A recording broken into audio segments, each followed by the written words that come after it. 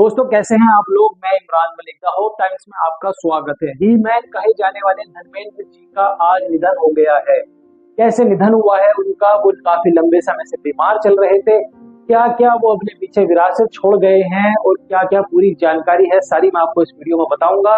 बड़े दुख के साथ बताना पड़ रहा है कि धर्मेंद्र जी हमारे बीच में नहीं रहे। तो वीडियो के एंड तक बने रहिएगा, सारी जानकारी दूंगा। अगर आप इस चैनल पर नए हैं तो चैनल को सब्सक्राइब कीजिएगा, बेल आइकन दबाना ना भूलिए। दोस्तों आज भारतीय सिनेमा ने अपना एक चमकता हुआ सितारा हमेशा के लिए खो दिया है। ही मैन ऑफ बॉलीवुड, लाखों दिलों की धड़कन, सदाबहार सुपरस्टार धर्मेंद्र अब हमारे बीच में नहीं रहे।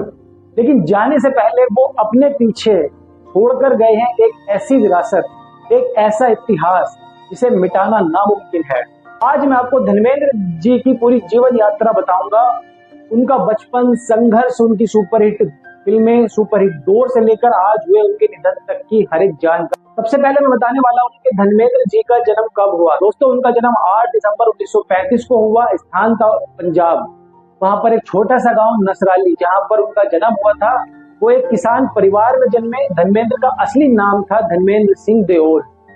पिता थे उनके किशन सिंह देओल, माँ थी सतवंत कौर। बचपन बहुत साधारण था धर्मेंद्र जी का, पर सपने बहुत बड़े थे उनके।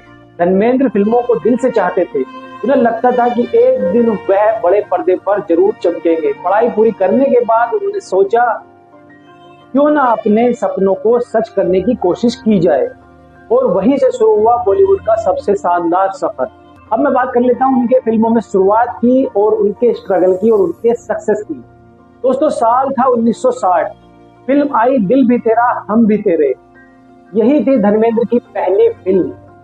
धीरे धीरे उनकी सफलता, उनका स्टाइल, उनकी पर्सनैलिटी और उनकी मेहनत उन्हें बॉलीवुड का जाना माना चेहरा बना रही।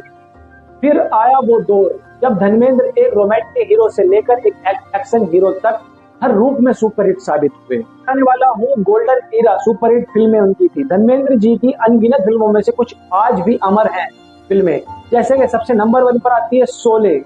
वीरों का आइकॉनिक रोल उनको जो मिला था, सीता और गीता।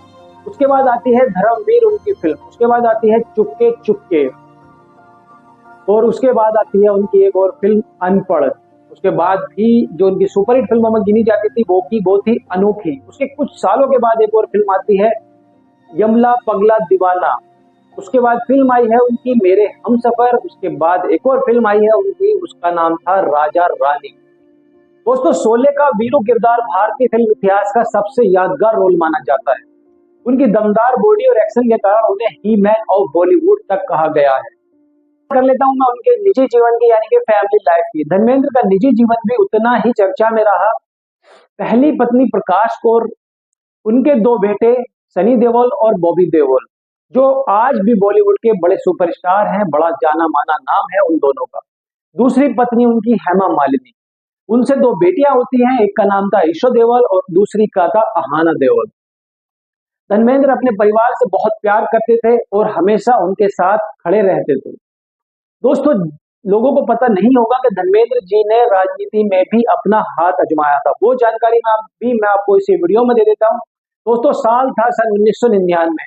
उन्होंने राजनीति में कदम रखा और बीकानेर, जो कि राजस्थान के अंदर पड़ता है, वहां से वो पहली बार सांसद बने, और उसके बाद जनता का खूब प्यार भी मिला उन्हें। दोस्तों अब मैं बात करने वाला हूं उनके अवार्ड्स की, कि उनको जो फिल्म से जुड़े हुए अवार्ड्स हैं वो मिले। सबसे बड़ा जो अवार्ड था वो था film fair life time achievement award. उसके बाद उनको मिला पद्म भूषण अवार्ड। 60+ वर्षों का शानदार फिल्मी सफर रहा है उनका। अनगिनत सुपरहिट फिल्में दी हैं धर्मेंद्र जी ने। करोड़ों प्रशंसकों का प्यार रहा है उनके साथ में। जी को इतिहास में अमर बनाने के लिए काफी था। 24 नवंबर 2025 बॉलीवुड के लिए एक काला दिन के रूप में मनाया जाएगा। 89 वर्ष की उम्र में धर्मेंद्र ने मुंबई में अंतिम सांस ली। पिछले कुछ समय से वो स्वास्थ्य समस्याओं से काफी जूझ रहे। अस्पताल में भर्ती होने के बाद उनकी तबीयत में थोड़ा सुधार भी आया था, लेकिन 24 नवंबर को दिल ने उनका साथ छोड़ दिया और पूरा देश सदमे में डूब गया। अब मैं बात कर लेता हूं उनकी विरासत की। दोस्तों धर्मेंद्र सिर्फ एक एक्टर ही नहीं थे, वो एक भाव, एक जज्बा, एक ऐसा नाम थे जो भारतीय सिनेमा हमेशा सम्मान से याद करेगा। उन्होंने 300 से ज्यादा फिल्मों में काम किया और आज भी उनकी एनर्जी उनका एक्शन, उनकी मुस्कान लाखों दिलों में जिंदा है। दोस्तों, धर्मेंद्र जी भले ही आज हमारे बीच में नहीं है, लेकिन उनके संवाद, उनके किरदार, उनकी आवाज और उनका चुलबुला अंदाज हमेशा हमें प्रेरित करता रहेगा और हमारे दिल पर राज करता रहेगा। आपकी क्या यादें जुड़ी हैं धर्मेंद्र साहब से, कमेंट में जरूर लिखिए। हम सब मिलकर इस महान कलाकार को श्रद्धांजलि देते हैं। धर्मेंद्र जी, हम आपको कभी नहीं भूल सकते। ओम शांति। दोस्तों, आपकी जो भी राय है हमें कमेंट करके बताइएगा और कोशिश कीजिए, दुआ कीजिए उनके लिए कि उनकी जो आत्मा है उसको शांति मिले।